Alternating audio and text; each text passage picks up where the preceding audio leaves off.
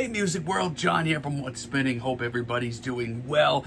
Taking some time today to rank Poppy's discography. YouTube personality turned pop star / metal star. She's been at it for a few years now, and she's about to drop her latest record. Now, I thought this would be interesting just because she has dropped 6 records at this point, and her sound has evolved so much so quickly that I figured it'd be interesting to just chat about my thoughts on these records and where I'd rank them in her discography. Now, spoiler alert, as always, this is all opinion, friends, so let's just have some fun.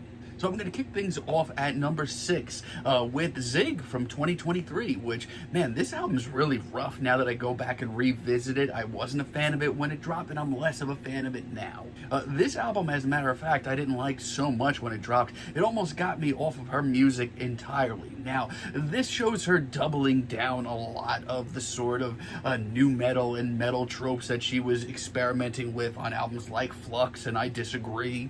Like, Poppy, I give her credit here. She wanted to make the edgiest album that she possibly could out of this, and I wasn't even feeling the singles like Church Outfit. It just this just sounds like a lot of the most negative tropes of early 2000s metal combined onto one record. It's a short record, but it's filled with cringy vocals and riffs that just sound so recycled. Yeah, this record is kind of a disaster, but it does have its moment. I mean, Hard, for example, actually goes really hard. Pun intended. And Linger is one of the best tunes that she's put out in the last few years. But outside of that, if you don't like most of this record, I totally get it, because it's my least favorite thing she's done. Now, at number 5, you may disagree, but I am putting 2020's I Disagree. I get it. I understand the hype around this record, and I understand why people enjoy it. This is her first foray into a much more metal, directly metal, I should say, sound. I'm not going to say it's all bad. Tracks like Sit, Stay, and Fill the Crown are awesome. It shows that she was onto something, 100% here.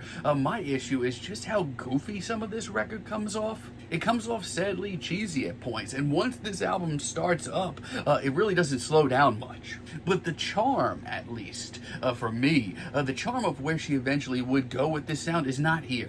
Like, some of the goofier moments on this record, let me tell you guys, they are genuinely goofy.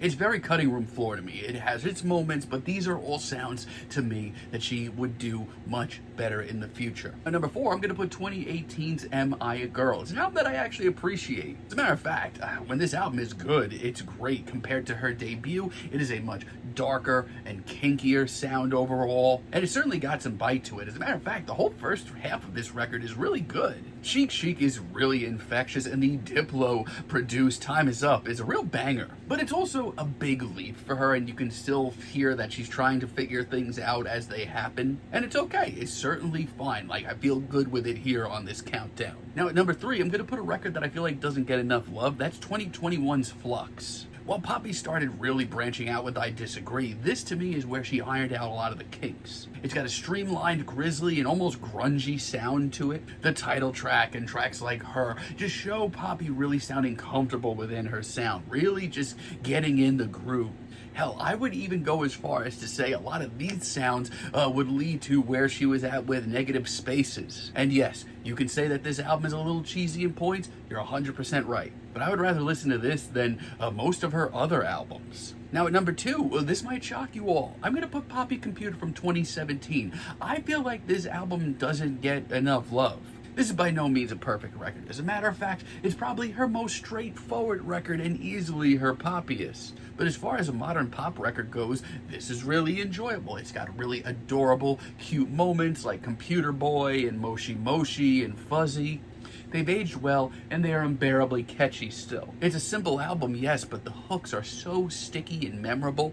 Now, I will say, songwriting-wise, Poppy has come a long way. There are a few underwhelming moments, and lyrically there are some genuinely disturbing and odd moments. But it's a blissful synth pop album filled with a lot of heart, honestly. Which leads me to my number 1. Hell yeah, I'm putting 2024's Negative Spaces. Everything about this album absolutely rules. When this album came out, I was most certainly out on Poppy at the time. My hype was low. But what I didn't expect for Poppy was for her to come through with an album of new metal and alternative metal from the early 2000s, sort of in the vein of bands like Evanescence, and do it so well.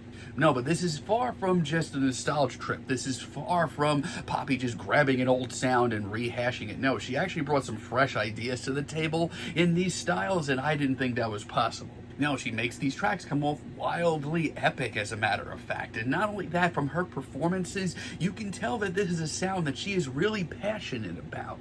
The emotion is here, and these are a collection of rock tunes that just really just connect with you very quickly. Not only did I love it when it dropped, but it's only grown on me ever since. And dare I say, from the sounds of this record and the singles leading up to this new album, there's a lot of meat on this bone still. There's a lot more to do with this sound, and that excites me. It's my favorite Poppy record. But what is your favorite Poppy record? Let me know what you think about her discography down below. And of course, stay tuned. I'm going to be dropping the review for her new album in a few short days. Stay tuned.